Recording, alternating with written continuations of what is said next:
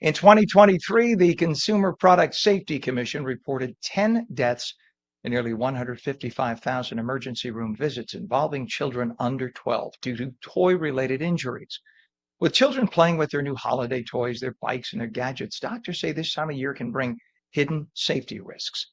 Dr. David Bergamo is a pediatric emergency physician with Hackensack Meridian Health who treats young patients at Hovnanian Children's Hospital at Jersey Shore University Medical Center. We say good morning and welcome to you, Dr. Bergamo. Good morning, Ken. Thanks for having me. You bet. And with all the new toys given out this Christmas and Hanukkah, what safety considerations should parents keep in mind? Yeah, this is a very good question, especially this time of year. As we all know, our kids are under a lot of new toys. They've gotten toys from everyone in the family. The first thing I look at as both a dad of two small, wonderful, but adventurous and inquisitive kids is the age that is listed on the box of the package. This age serves a multitude of purposes. The first one, and though this is not science, is to give an idea of the level of cognitive abilities needed for these kids to play with these toys. If you give a 3-year-old a toy for a 6-year-old, there is a big chance they're going to get frustrated. And I've seen this at home where they're not able to use the toy properly. And although luckily I haven't seen it at home, I've seen in the ER many cases of thrown toys that end up hitting other children in the household and causing certain injuries. The age on the box also serves a second purpose, and that is to give you the safety guidelines for the toy. So you'll see a lot of 2+, 3+, 4+ ages on there, and that gives an idea of how many small parts are part of it, as well as if there's any batteries or magnets or other small aspects of the toy that can cause a choking hazard in kids. A good rule of thumb for choking is a kid under 3 years old should not play with any toys with parts that are smaller than the opening of a paper towel roll. So it's a good rule of thumb for families at home.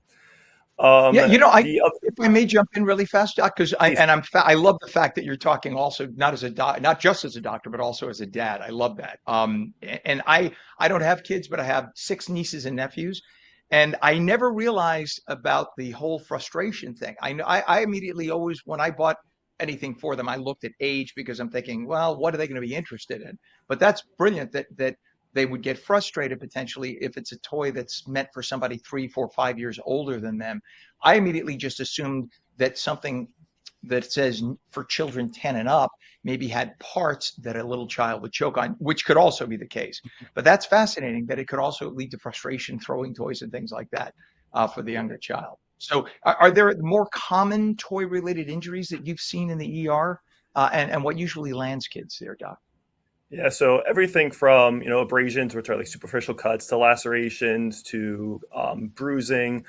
Most of these, excuse me, injuries are secondary to falls. Off the hoverboards or off the scooters. But it's also the trampolines, those indoor trampolines that, although they they can be safe, if they're in the wrong hands or they're unsupervised, can cause injuries. We also see a lot of sprains and fractures from these type of things. The big toy that we've been seeing recently is the e-bike. Although these can be safe in certain age groups with certain safety precautions, such as helmets and other, the full motorcycle helmets, a lot of kids, young adults are not using the proper safety precautions when they're using these things. The other thing we see, go ahead. I'm sorry, Doc. Forgive me. Yeah, sorry. The other thing we see, I mentioned earlier, is choking. With the small parts as well as the button batteries. Button batteries are in a lot of toys, and they pose a very real risk to kids, especially if they're ingested. I see it a lot, especially at home in the books that have like the buttons that you press for the music and the sounds. And I'm not saying remove all button batteries from your house unless you can, but make sure you keep them really, really supervised. And if you see any erosion or any breaking of the back panel where the button battery is, throw them away immediately. I'm amazed by how every little kid loves to take apart anything, right? Whether it be a remote control or whatever, they do that, and that's how they get to those batteries, right? They think it's just a toy, a game. But my poor brother-in-law and sister-in-law, everything in the house is taken apart, and that's what the kids love to do. They're curious. That's what kids do. But the other thing I wanted to point out, and forgive me for stepping on you before, Doctor, is Too many people think that they could use those cheap secondary chargers for or the cheap secondary market batteries for the hoverboards and whatnot. And that has led to a number of fires. That's something for the whole family to be concerned about, obviously. So use the manufacturer's battery, the manufacturer's charger, the manufacturer's instructions. If I could toss that in, only from the years that I've been doing news in the New York tri-state and all the fires from the batteries that were not supposed to be used in those devices. I completely agree. And that's, even cell phones or, our batteries, it's the same concept. Absolutely. So now, when should parents decide, hey, you know what, this injury requires a visit to the ER versus just doing some home treatment? Yeah. So, the parents who are listening, we all know that kids like to find the corners of walls or, the sharpest parts of objects to hit. A lot of times that causes, abrasions, which are just, the rug burn, if you will, the superficial things. Obviously, if anything is deeper than that, especially in a cosmetic area on the face or so, I would seek care. If something is bleeding for an extended period of time, I would seek care. It's hard to differentiate sprains versus fractures from a family at home. So, you can always give, as long as they're okay with, as long as the kid is okay taking it, okay with giving Motrin and Tylenol at home to see if it helps the discomfort. But if you see any sign of deformity, meaning, if the bones don't look aligned when you're looking at it, or there's an extensive amount of swelling, then you can always stop at urgent care and they can direct you whether they can deal with it or they come to the emergency department. And then, of course, anytime a child bumps their head and you even have the tiniest suspicion of a concussion, should you get to the ER at that point? You should definitely seek care. I mean, a lot of pediatricians' offices are well equipped to deal with those minor head injuries, but if you have any concerns, whether there's vomiting or loss of consciousness, or they're passing out, they're not acting their normal self, then you definitely should seek care right away. And then the other thing too is I can't even imagine you're a relatively young parent. You're a lot younger than me. I can never imagine, in my case, I'm 58, running around after children. I see what it is for my nieces and nephews, and the cacophony and the craziness in the house. And I say, God bless you. I think every parent has earned a place in heaven for what you have to deal with raising children. As an uncle, I just show up, say, "Oh, you're really cute. This is great. We play for a few minutes. Here, mom and dad, take it back."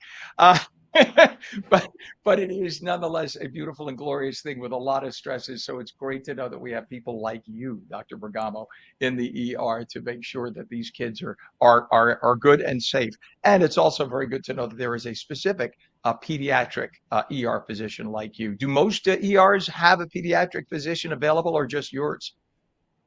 So we are the only one in this area in Neptune, in the Ocean County, Monmouth County area. There's other hospitals that the emergency room doctors are trained in pediatrics, but not specially trained. So if they see anything severe, they'll send it our way. But we are the only game in this town that will see these pediatric patients. So it is Dr. David Bergamo, pediatric emergency physician with Hackensack Meridian Health, who treats those young patients at Hovnanian Children's Hospital at Jersey Shore University Medical Center. We thank you so much for being here this morning. Very happy New Year to you, sir. You too. Thank you for having me.